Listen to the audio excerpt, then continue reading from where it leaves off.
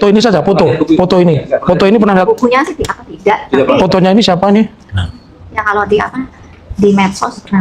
Enggak, bukan, ini fotonya siapa? Ibu tadi kan tunjukkan foto di majelis hakim. Fotonya, ini foto siapa? Pertanyaan saya. Ini foto Jokowi. Tadi foto yang ditunjukkan berkacamata apa tidak tadi, Bu? Tidak. Tidak. Oh, terima kasih. Terus itu foto Pak Jokowi tadi, foto yang Ibu tunjukkan tidak berkacamata. Lalu ini foto siapa, Ibu? Ya Jokowi. Jokowi. Namanya kan ada itu. P28. Ya, ini diuji, Bu. P8 Bapak. Terus untuk ijazah itu di belakang foto stempelnya atau stempelnya menutupi foto? Yang Menutupi ya. Ini bukan asli, Bu. Jadi ya. Silakan duduk Ibu ya. Karena Ibu latihannya tidak sampai sini ya.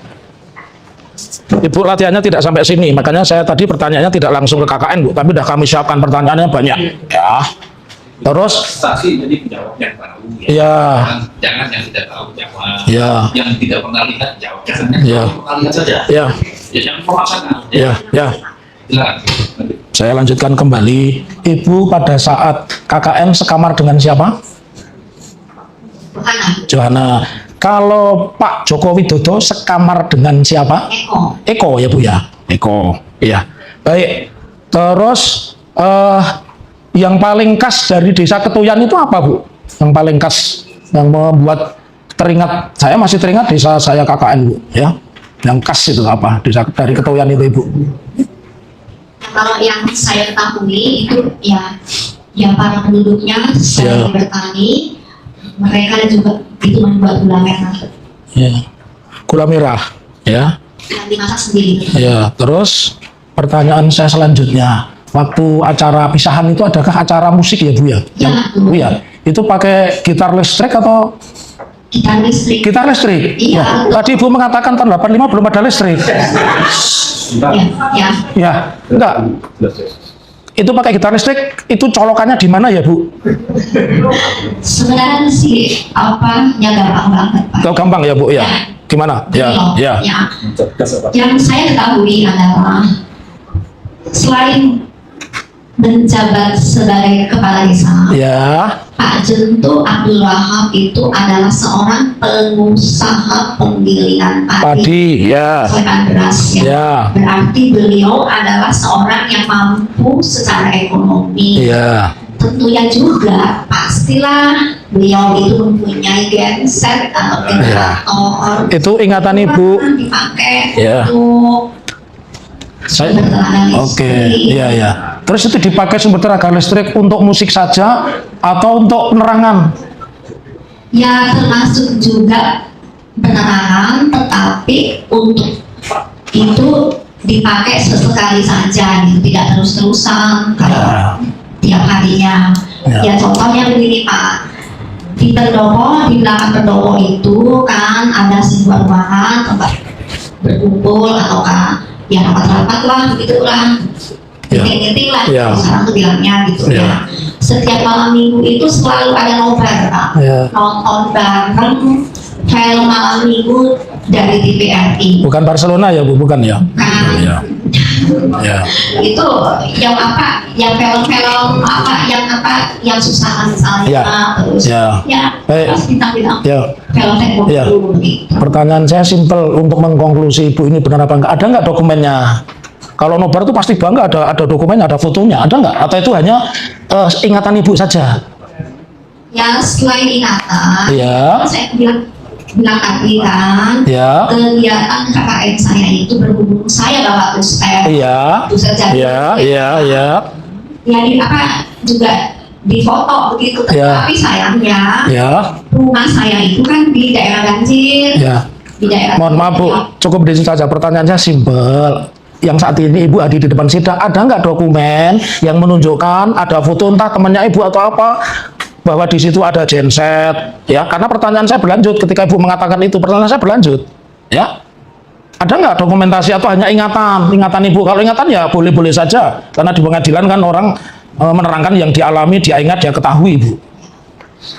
Yang kalau foto-foto mengenai selekan padi, dan saya dan lain sebagainya, bukan Pak? Enggak, ya cukup, ya, ya. Foto-foto itu tidak ada ya Bu ya. Terus bahwa tadi disebutkan apakah di situ juga melaksanakan kegiatan untuk ibu-ibu PKK? Oke, halo teman-teman, kembali lagi bersama saya di channel ini. Salam NKRI harga mati. Teman-teman, pada kesempatan kali ini kita melihat sebuah cuplikan video yang sangat luar biasa. Tentunya hal-hal seperti ini menjadi sebuah pemahaman bagi kita dalam menilai perjalanan politik yang terjadi ke depan. Perlu kita menyadari bahwa memang pada dasarnya sangat banyak ataupun luar biasa sekali ya tindakan-tindakan yang dilakukan oleh para penegak hukum untuk menyelesaikan perkara-perkara yang terjadi di negara kita. Dalam menyelesaikan sebuah perkara tentunya dibutuhkan yang namanya audiensi ataupun kerjasama antar kedua belah pihak, yang dimana itu tergugat dan juga penggugat. Teman-teman, ketika dilakukan sebuah persidangan, ya, ada berapa kali dilakukan persidangan namun Joko Widodo tak pernah hadir di persidangan. Entah alasan apa sampai beliau tak berani hadir di persidangan tersebut. Namun yang kita ketahui saat ini, Jokowi adalah tokoh utama dalam drama politik ijazah palsu saat ini, sehingga menarik perhatian banyak orang dan membicarakan hal ini di kalangan manapun. Kalau kita melihat respon rakyat Indonesia ataupun netizen Indonesia dalam menanggapi hal ini, semua rakyat yang menonton ini orang semua harus hashtag penjarakan ijazah palsu. Saksi bilang yang masak karyawan ternyata yang masak ibu desa, tangkap saksi Jack. Sekalian saksi palsu dijeblosin ke penjara. Rusak negara gara-gara satu orang.